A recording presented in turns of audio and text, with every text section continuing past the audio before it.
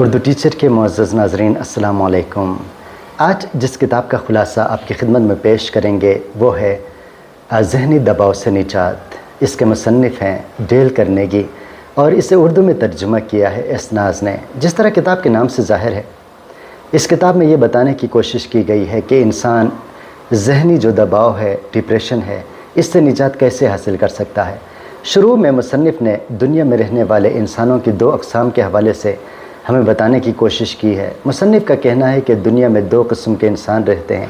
ایک وہ ہیں جو ہنگامہ پسند ہیں، جو کھیل کود پسند کرتے ہیں، جو شور و غل پسند کرتے ہیں، اور دوسرے وہ ہیں جو امن پسند ہے، تنہائی پسند ہے۔ ایسے لوگ زیادہ تر حساس ہوتے ہیں، جو تنہائی پسند ہوتے ہیں، اور زیادہ تر ذہنی دباؤ کا شکار بھی وہی لوگ ہوتے ہیں۔ اس کے بعد مصنف نے ذہنی دباؤ کے جو نقصانات ہیں وہ ہمیں بتانے کی کوشش کی ہے۔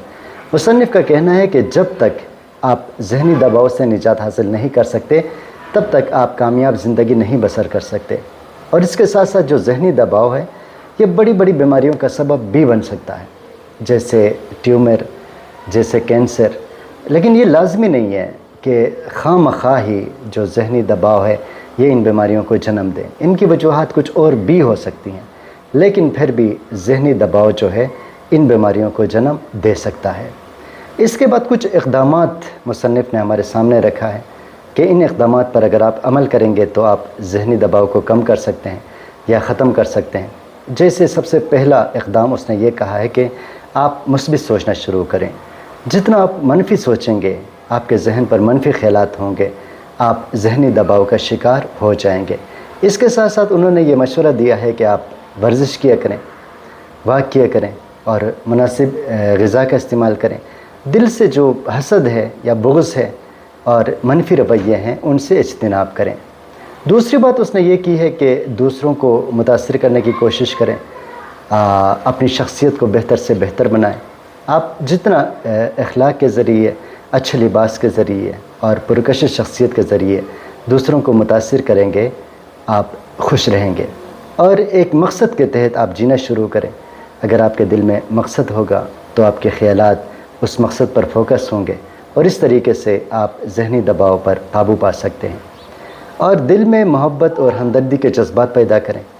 آپ دوسروں کے کام آئیں، کوشش کریں کہ دوسروں کو خوش رکھیں، دوسروں کو دکھ نہ دیں، تو اس سے بھی آپ ذہنی طور پر ریلیکس ہو سکتے ہیں۔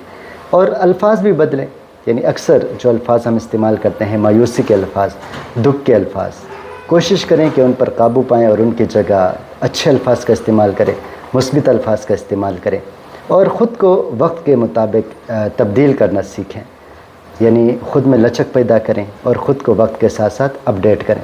اس کے ساتھ ساتھ غصہ جو ہے یہ ذہنی دباؤ کا باعث بنتا ہے۔ مصنف کا مشورہ یہ ہے کہ غصے پر کوشش کریں کہ قابو رکھیں۔ اگر غصہ آ بھی جائے تو وہ ایک محدود وقت کے لیے ہو، اس کو زیادہ طول نہ دیں۔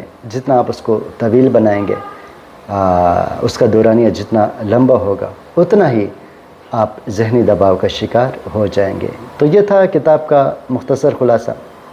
اگر آپ کتاب مکمل طور پر ریڈ کرنا چاہتے ہیں، سننا چاہتے ہیں، تو آپ میرے چینل کا وزٹ کر سکتے ہیں SC ایڈیو بک، جہاں پر یہ کتاب آپ کے لیے موجود ہوگی انشاءاللہ۔ بہت شکریہ، اللہ حافظ۔